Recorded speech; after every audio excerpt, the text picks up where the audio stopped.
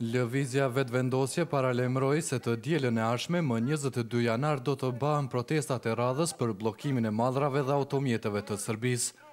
Udhëheqësit e kësaj lëvizjeje thanë se protestat mund të shmangën nëse qeveria nis me zbatimin e reciprocitetit të plot me Serbinë gjatë kësaj jave.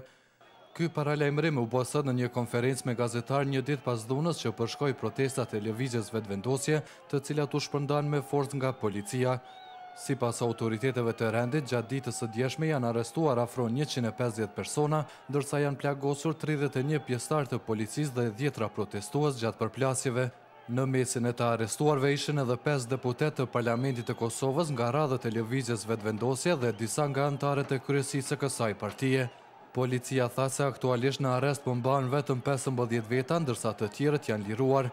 Policia përdori gazin lotësjellës, topat e ujit dhe shkopin të gomës për të shpërndar protestuesit, të cilët hodhën gur dhe shishe mbi policinë gjatë ndërhyrjeve që sipas vëzhguesve të Këshillit për mbrojtjen e të drejtave dhe lirive të njerëzit ishte e ngutshme dhe e panevojshme, me që protestuesit nuk kanë provokuar dhunën apo ndërhyrjen.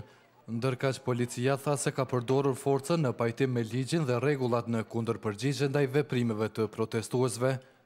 Nën kryetari i lëvizjes vetëvendosje, Shpenda Ahmeti tha se kishte strategji për dhunë nga ana e qeverisë dhe policisë, por lëvizja është e vendosur të shkojë më tej me planet e saj. Me këtë mund t'ju them se ne nuk ndalemi në atë që e kemi premtuar. Ne kemi thënë se do t'jemi në mbrojtje të vendimit të Kuvendit të Kosovës për reciprocitet të plot, ekonomik, tregtar dhe politik me Republikën e Serbisë. Protesta e ardhshme, paqësore, në bllokim të mallrave dhe automjeteve të Serbisë do të mbahet sot një javë, pra të dielën tjetër me 22 janar 2012. Nëse qeveria e Kosovës gjatë kësaj jave nis me zbatimin e reciprocitetit të plot me Serbinë, natyrisht që nuk do ta mbajmë këtë protestë. Me moton Serbia nuk kalon, lëvizja vetëvendosje kishte planifikuar që të bllokojë 2 vendkalimet kufitare me Serbinë në Merdar në veri të Prishtinës dhe tek dheu i bar në lindje të Kosovës, në funksion të siç thuhet zbatimit të masave të ndërsjella politike, ekonomike, tregtare me Serbinë. Udhëheqësit e saj thanë se protesta pasoi refuzimin e qeverisë së Kosovës për të zbatuar vendimin e Parlamentit të Kosovës të 7 dhjetorit të vitit të kaluar për vendosjen e masave të ndërsjella me Serbinë.